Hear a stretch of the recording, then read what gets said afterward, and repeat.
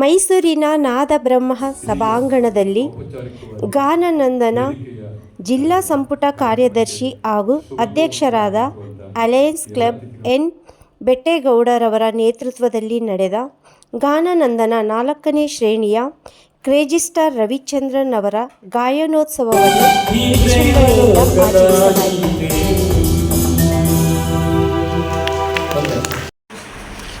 Facebook live ಕಾರ್ಯಕ್ರಮ ಹೋಗ್ತಾ ಇದೆ. ಯೂನಿವರ್ಸಿಟಿ ನಮ್ಮ ಕಾರ್ಯಕ್ರಮವನ್ನು ನೋಡಿ ಕಾರ್ಯಕ್ರಮಕ್ಕೆ ಅಲಯನ್ಸ್ ಕ್ಲಬ್ಗಳ ರಾಜ್ಯಪಾಲರಾದ ಅಲೈ ಡಾಕ್ಟರ್ ಎಸ್ ವೆಂಕಟೇಶ್ ರವರು ಜ್ಯೋತಿ ಬೆಳಗಿಸುವುದರ ಮೂಲಕ ಚಾಲನೆ ನೀಡಿದರು. ಮುಖ್ಯ ಅತಿಥಿಗಳಾಗಿ ಮಡ್ಡಿಕೆರೆ ಗೋಪಾಲರವರು, doctor BN Ravish, doctor L Ravi, doctor Raghuram Vajpeyi, ವಿಶೇಷ ಆಹ್ವಾನಿತರಾಗಿ ಡಾಕ್ಟರ್ ಶ್ರೀಲತಾ ಮನೋಹರ್ ಉಪಸ್ಥಿತರಿದ್ದರು.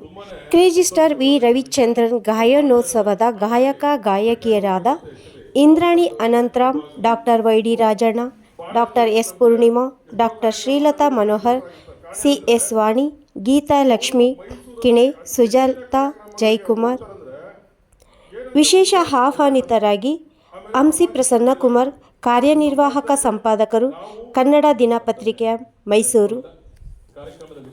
ನಮ್ಮ ಕುಟುಂಬ ಬದುಕಿಸೋದು ಅದಾದ್ಮೇಲೆ ಸಮಾಜಕ್ಕೆ ನಾವು ಬದುಕಿರುವಾಗ ನಾವು ಏನ್ ಮಾಡ್ತೀವಿ, ಏನ್ ಮಾಡಿದೀವಿ, ಏನ್ ಮಾಡಬೇಕು, ಸೊ ಅದೆಲ್ಲ ಇವತ್ತು ನಮ್ಮ ಇಲ್ಲಿ ವೇದಿಕೆಯಲ್ಲಿ ಬಹಳಷ್ಟು ಹಿರಿಯರು ಮತ್ತೆ ಮುಖ್ಯಸ್ಥರು ಗಣ್ಯರಿದ್ದಾರೆ. ಬಟ್ ಅವರೆಲ್ಲ ಎಷ್ಟೋ ಮಾಡ್ತಾ ಇದ್ದಾರೆ. ಬಟ್ ಅವರು ಮಾಡೋ ಎಷ್ಟೋ ಕೆಲಸಗಳಲ್ಲಿ ನಾವೇನೋ ಒಂದು ಸಾಸಿವೆ ಕಾಲಷ್ಟು ಮಾಡ್ತಾ ಇದೀವಿ. ಅದಕ್ಕಾಗಿ ನಾವು ಒಂದು ಅಲಯನ್ಸ್ ಸಂಸ್ಥೆ ಮಾಡಿದ್ರೆ ಏನ್ ಮಾಡಿ ಒಂದು ಪ್ಲಾಟ್ಫಾರ್ಮ್ ಮಾಡಿದೀವಿ. ಸ್ನೇಹ ಮಾಡೋಣ, ಸೇವೆ ಮಾಡೋಣ, ಸಂತೋಷ ಕೂಟದಲ್ಲಿ ಭಾಗಿಯಾಗಿ ಎಲ್ಲರೂ ಒಟ್ಟಾರೆ ಕೂತ್ಕೊಂಡು ಊಟ ಮಾಡೋಣ, ಸೆಲೆಬ್ರೇಟ್ ಮಾಡೋಣ ಅಂತ ಒಂದು ಸಂಸ್ಥೆಗಳು ಮಾಡಿದ್ವಿ. ಅದರಲ್ಲಿ ಬಹಳಷ್ಟು ಮಾನೀಯರು ನಮ್ಮ ಮೈಸೂರಲ್ಲಿ ಅತಿ ಹೆಚ್ಚಿನ ಸಂಖ್ಯೆಯಲ್ಲಿ, ನನಗೆ ಗೊತ್ತಿರೋ ಪ್ರಕಾರ ಕಡಿಮೆ ಅವಧಿಯಲ್ಲಿ 300 ಜನ ವಾಲಂಟಿಯರ್ಸ್ ಹೆಚ್ಚು ನಮ್ಮ ಜೊತೆ ಸೇರ್ಕೊಂಡು ಮೆಂಬರ್ಗಳಾಗಿದ್ದಾರೆ.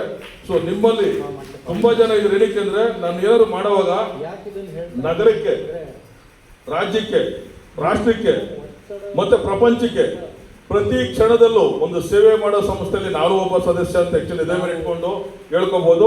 ಆ ತರ ಒಂದು ಸಂಸ್ಥೆ ನಮ್ಮ ಅಲಯನ್ಸ್. ಆ ಅಲಯನ್ಸ್ ಸಂಸ್ಥೆ ಅದು ಬಂದು ಸ್ವಂತ ಯಾವುದೋ ಆಕ್ಚುಲಿ ಬೇರೆ ತರದಲ್ಲಿ ಆಕ್ಚುಲಿ ಯಾರೋ ವಿದೇಶಿ ಸಂಸ್ಥೆ ಅಲ್ಲ, ನಮ್ಮ ಸ್ವದೇಶಿ ಸಂಸ್ಥೆ. ಇದಕ್ಕೆ ಈ ಬಾರಿ ನನಗೆ ರಾಜ್ಯಪಾಲರಾಗಿ ನನಗೆ ನೇಮಿಸಿದ್ದಾರೆ.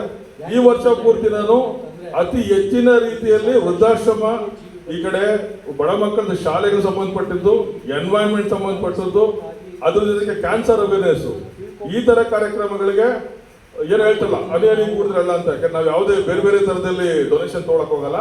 ಪ್ರತಿಯೊಬ್ಬರು 50, 100, 200 ಎಷ್ಟೋ, ಈವನ್ ₹1 ಕೂಡ ನಮ್ಗೆ ಮುಖ್ಯನೇ. ಆ ತರ ಹಣಗಳನ್ನ ನಾವು ಪೋಲ್ ಮಾಡಿ ಕಲೆಕ್ಟ್ ಮಾಡಿ ಅದನ್ನ ಒಂದು ಕಡೆ ಸೇರಿಸಿ ಒಂದು ಹೇಳ್ತಾರೆ ನಮ್ಮ ಕ್ಯಾಬಿನೆಟ್ ಇದೆ, ಹೆಚ್ಚು ಕಮ್ಮಿ ಒಂದು ತಂಡ, ಒಂದು 45 ಜನ ಇದೀವಿ. 45 ಜನ ಗುರುತಿಸಿ ಎಲ್ಲಿಗೆ ಅವಶ್ಯಕತೆ ಇದೆಯೋ ಅಲ್ಲಿಗೆ ನಮ್ಮ ಸೇವೆ. ಅಂದ್ರೆ ಅವಶ್ಯಕತೆ ಅದು ನಿಜ ಇರಬೇಕು. ಅವಶ್ಯಕತೆ ಇರೋ ಜಾಗದಲ್ಲಿ ನಾವು ಅವ್ರನ್ನ ಹುಡ್ಕೊಂಡು ಹೋಗ್ತೀವಿ, ಇಲ್ಲ ಅವ್ರನ್ನ ಹುಡ್ಕೊಂಡು ಬಂದ್ರು ಈ ಸೇವೆ ಮಾಡ್ಬೇಕು ಅನ್ನೋ ಒಂದು ಸೇವೆಯನ್ನ ಮಾಡುವಂತ ಭಾಗ್ಯನ ನಮ್ಮ ಏನು ನಮ್ಮ ಇಂಟರ್ನ್ಯಾಷನಲ್ ಡೈರೆಕ್ಟರ್ ನಾಗರಾಜ್ ಬೈರಿಯವರು ನಮ್ಗೆ ಈ ಒಂದು ಅವಕಾಶವನ್ನು ಕಲ್ಪಿಸಿಕೊಟ್ಟಿದ್ದಾರೆ. ಲಯ ಆಗಬೇಕಾದ್ರೂ ನಾದದಿಂದನೇ ಆಗ್ತದೆ. ಏನು ಪ್ರಪಾತ, ಉಲ್ಕೆಗಳು ಎಲ್ಲವೂ ಒಂದು ಪ್ರಕೃತಿ ನಾದ. ಆದರೆ ಮನುಷ್ಯ ಯಾವಾಗ ಸಿವಿಲೈಸ್ಡ್ ಅಂತ ಆಗ್ತಾನೆ, ಆ ನಾದ ಅಥವಾ ಶಬ್ದ ಸಂಗೀತದ ಸ್ವರೂಪ ಪಡ್ಕೊಳ್ಳುತ್ತೆ. ಸಂಗೀತ ಅಂದರೆ ನಿರ್ದಿಷ್ಟವಾದ ಒಂದು ನೋಟ್ ಅಂತ ಹೇಳ್ತೀವಲ್ಲ, ಅದು ರಿದಮ್ ಇರ್ಬೋದು, ನೋಟ್. ನಾನೊಬ್ಬ ಸಂಗೀತಕಾರ ಅಲ್ಲ, ಆದರೆ ಮ್ಯೂಸಿಕ್ ಆ್ಯಂಡ್ ಮೈಂಡ್ ತುಂಬಾ ಸಾಮ್ಯತೆಯನ್ನು ಪಡ್ಕೊಂಡಿದೆ. ನಾವು ಮನಸ್ಸನ್ನು ಸಮಾಧಾನವಾಗಿ ಇಟ್ಕೋಬೇಕು ಅಂದರೆ ನಮ್ಮ ಮೆದುಳಿನಲ್ಲಿ ನಡೀತಕ್ಕಂಥ ಸಾಕಷ್ಟು ಕ್ರಿಯೆಗಳು ಸಂಗೀತದಿಂದ ಭಾವನೆಗಳ ಏರಿಳಿತ ಆದಂಗೆ ಇದು ಸಹ ಏರಿಳಿತ ಆಗ್ತದೆ.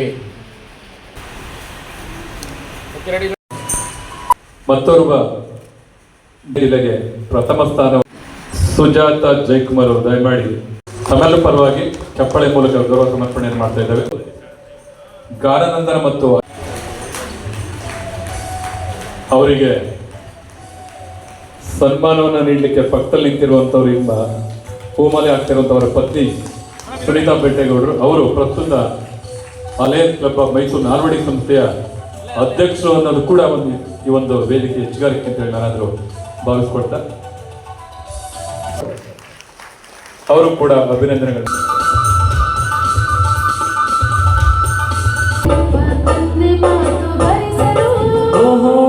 ತುಂಬಾ ಹೊಸ ಮಾತು ಕಲಿಸಿಕೊಟ್ಟಳಮ್ಮ, ಜೇನು ತುಪ್ಪ ಕೊಟ್ಟು ಕೊಡು ಎಂದಳಮ್ಮ.